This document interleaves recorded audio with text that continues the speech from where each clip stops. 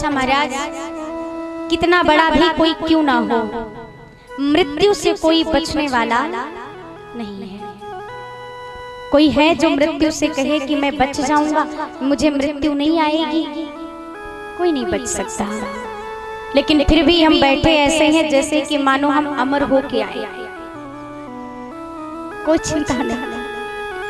प्यारे, पता है रामचरितमानस में इसी प्रकार जब भगवान राम का और रावण का युद्ध चल रहा था, उस समय पर जब अंगद गए हैं रावण के पास युद्ध के मैदान में, तो उस समय पर अंगद से रावण ने कहा तुम मारो, मारने आए हो ना? अंगद ने कहा मरे को क्या मारना, तुम तो पहले ही से मरे हो, मैं तुम्हें क्या मारूंगा, मरे को क्या मारे? रावण ने कहा तुमको मैं मरा हुआ दिख रहा हूं? मैं तो जिंदा खड़ा हूं, मैं तो जीवित हूं। अंगद ने कहा 14 प्रकार की मृत्यु होती है, मृत्यु के 14 प्रकार होते हैं। ध्यान से सुनना, 14 प्रकार बताए किसने? अंगद जी ने लंका कांड में बताए। कहते हैं कि पहला मृत्यु का जो प्रकार होता है, कामवश जो व्यक्ति अत्यंत भोगी है, वो मान लो पल पल मर ही रहा है, उसको मरा हुआ ही समझिए। जो केवल भोग विलास में ही लगा रहता है, वो कामवासी भोगी व्यक्ति वो मरा हुआ ही है। दूसरा वाम मार्गी, कहते हैं कि जो व्यक्ति हर बात के पीछे नकारात्मकता को ही पकड़े, वो व्यक्ति मरे के समान ही माना जाता है। हर बात में निगेटिव बोलना वो भी मरे के समान है। तीसरी बात कंजूस, जो व्यक्ति दान करने में हमेशा पीछे रहता है, लेने में होगा तो आगे, देने में होगा तो पीछे। इसलिए बताया कि जो दान करने में कभी आगे न जाए, हमेशा पीछे कंजूसी में, वो भी मरे के समान होता है। अति दरिद्र, गरीबी सबसे बड़ा महाराज पाप है। जो दान करेगा वही तो अमीर बनेगा, और जो दान ही नहीं करेगा तो वो अगले जन्म में गरीब ही कहलाएगा। इसलिए कहा कि गरीब होना भी पाप है, और ये भी एक मृत्यु के समान है। मालूम है इस जगत में 3 चीजें बड़ी भाग्य से मिलती हैं। धन सबको नहीं मिलता, सज्जनता सबको नहीं मिलती, और अच्छा मन सबको नहीं मिलता। 3 चीजें यदि आपके पास हैं तो अपने आप को बहुत भाग्यवान समझिए।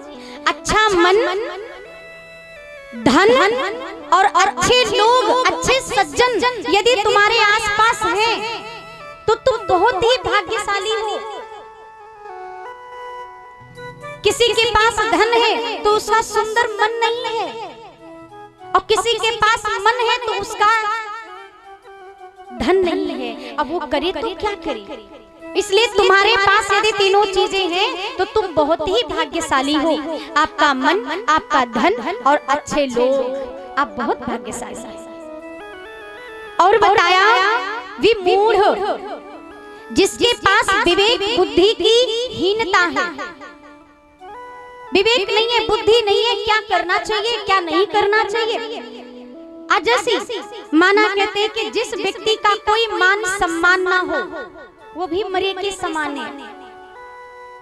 सदा रोगी, जो व्यक्ति हमेशा बीमार रहता हो, वो भी मरे के समान। ऐसे लोगों के तो महाराज परिवार वाले भी भगवान से फिर प्रार्थना करने लगते हैं, भगवान अब इसको जल्दी बुला लो, इसका पत्रा का चूहा खींच ले गए क्या?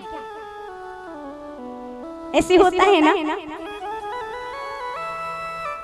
ज्यादा बीमार व्यक्ति रहने लगे तो घर वाले तंग आ जाते हैं, फिर वो जा करके मंदिर में या कहीं भी भगवान से चुपके चुपके मनाते हैं, भगवान इसका पत्रा कुंडली क्या चूहा काट डाले क्या, कि इसकी मृत्यु की डेट नहीं आ रही है?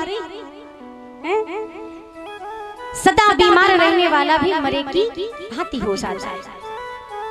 और सतत क्रोधी जो हर बात पर महाराज क्रोध करे, बात बात में क्रोध करे। कुछ लोगों की आदत होती पूजा में बैठेंगे तो भी क्रोध करेंगे, मंदिर में जाएंगे तो भी क्रोध करेंगे, घर में आएंगे तो भी करेंगे, और घर से बाहर जाएंगे तो भी करेंगे।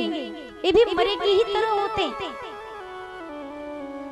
और कहते हैं जो व्यक्ति पाप कर्मों से धन को अर्जित करता है वो भी मरे की भांति होता है, और जो सिर्फ अपने लिए जीता है वो भी मरे की भांति होता है। और निंदक कहते हैं जो व्यक्ति सदा हमेशा दूसरे की निंदा करता रहता है वो भी मरे की भांति होता है। और बताया है 13वां जो परमात्मा से विमुख है, जिसको भगवत भक्ति में, सत्संग में, संतों में कोई रुचि नहीं है, ऐसा व्यक्ति मरे की तरह ही माना जाता है। संत विरोधी जो ग्रंथ से, संत से, पुराण से, ज्ञान से ये दूर बनाए रहते हैं, दूरी बनाकर रखते हैं, ऐसे लोग भी मरे के तरह ही बताए जाते हैं। तभी कह दिया है कि कौल काम बस कुपिन विमूढ़ा, अति दरिद्र सियति बूढ़ा, सदा रोग बस संतत क्रोधी, और विष्णु विमुख श्रुति संत विरोधी, तन पोषक निंदक अघ खानी, अजीवित सब सम 14 प्रकार के व्यक्ति मरे के तरह ही बताए गए।